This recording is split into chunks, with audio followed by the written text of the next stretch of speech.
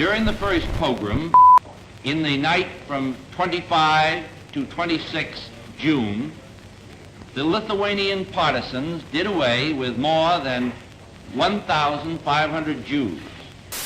And no one would pay any attention to us. No one wanted us. We were just rejected. And burned down a Jewish dwelling district consisting of about 60 houses. Erde und damit der Sieg des Judentums sein, sondern die Vernichtung der jüdischen Rasse in Europa.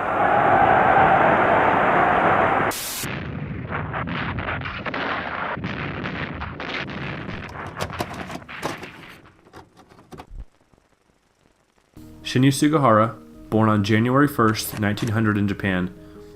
He is the savior of an estimated 2,200 Jewish families in Lithuania during the Holocaust. The purpose of this video is to shine light on the amazing, courageous acts of Chiune Sugihara, an unsung hero.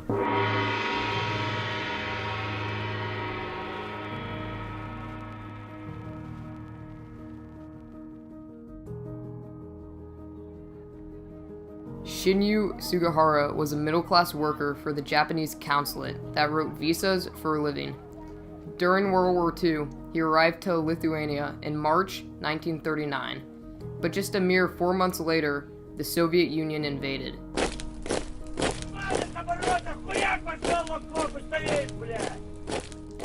Now, the only hope for Jewish families to escape was through a travel visa, due to Soviet policy. Jewish families quickly realized this, so in July 1940, while Mr. Sugihara was stationed in Lithuania, thousands of Jewish people lined up outside the consulate, hoping to receive a transit visa out of the country. And we were just going from one consulate to the other, to the embassies, begging and telling them about our tragic situation. And no one would pay any attention to us. No one wanted us. We were just rejected by all the consulates, by all the embassies. We were desperate, absolutely desperate. Jewish families were desperate to flee the now approaching Nazis.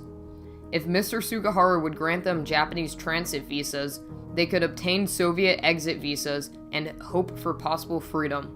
The only problem, Mr. Sugihara did not have the authority to issue without permission, so he telegraphed the Japanese consulate in Tokyo. 3 times the request was denied. Chiune Sugihara now had a choice to make: ignore the Jewish families and their pleas for help, or disrespect the wishes of his government and possibly save Jewish lives.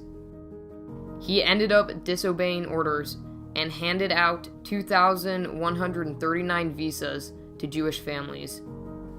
We were able to get in contact with one of the people saved, Dr. Blumen, who lives in Vancouver, Canada. So, your parents were the ones saved by Chiune Sugihara?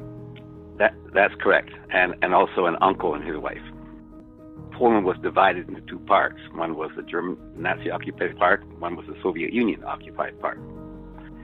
Poland was not considered to be safe still, and Lithuania was considered to be a relatively free country, and the border at that time was porous. So with the help of guides, my mother and father both went to Vilna in Lithuania. In the same month the war broke out. The war broke out about 4 o'clock in the morning, and we were all awakened by the massive plane attack on our city.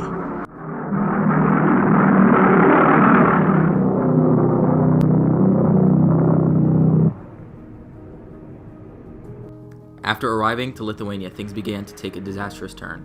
The Nazis were closing their fist onto Europe, and Lithuania was next. If these Jewish families did not get visas to flee Lithuania, they will surely perish when the Nazis inevitably invade and take over. So Mr. Sugihara decided to risk him and his family's well-being and began writing visas without permission. In a span of 29 days from July 31st to August 28th in 1940, Mr. Sugihara wrote 2,139 visas for up to 20 hours a day, not even stopping to eat. Consul Sugihara granted us this wonderful visa for life, the transit visa. Mm-hmm. I remember my father said he hoped 2 or 3 people at least could go through. He didn't expect thousands of people would survive.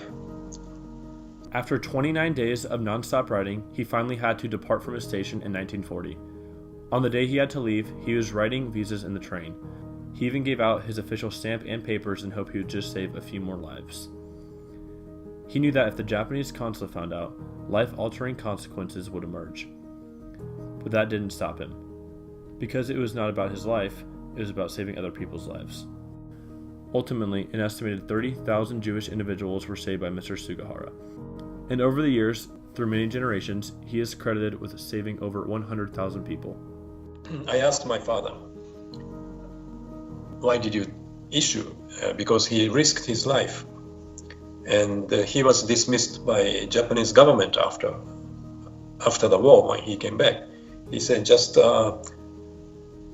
I felt sorry for those people who are running away from German Nazis.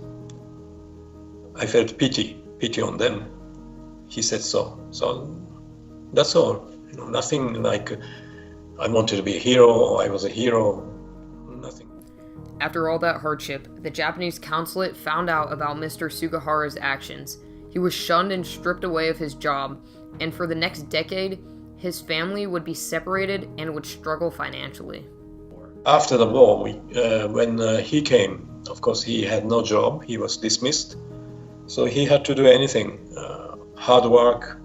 And a few years later, he opened a shop to sell groceries. Only 45 years later was he recognized by Israel, after many survivors spoke up about him. By then, Mr. Sugihara was too ill to travel and receive his award, so his wife and kids went for him. Mr. Sugihara passed away a few months after. We gathered together with survivors and their family to plant, and the Japanese built a monument. But those recognitions and honors did not last, because in 2018, a memorial of Chiune Sugihara was destroyed in order to build a residential neighborhood. After, it was this year, February, I asked some survivor, because I couldn't find the location some years ago. I went to visit, and he checked and he said, it doesn't exist anymore. There are apartments and the forest disappeared. And we checked the history, and these apartments were built in 2005, around 2005. So 20 years after the planting, they destroyed the forest and they sold the land to construction companies. But construction companies went bankrupt. So nobody knew what happened actually. But something happened, of course, why they would sell, why they would destroy the forest. True heroes are always overlooked, but his story will always live on with his son. Within the hundreds of family trees he saved, Chiune Sugihara will always be remembered as a selfless hero.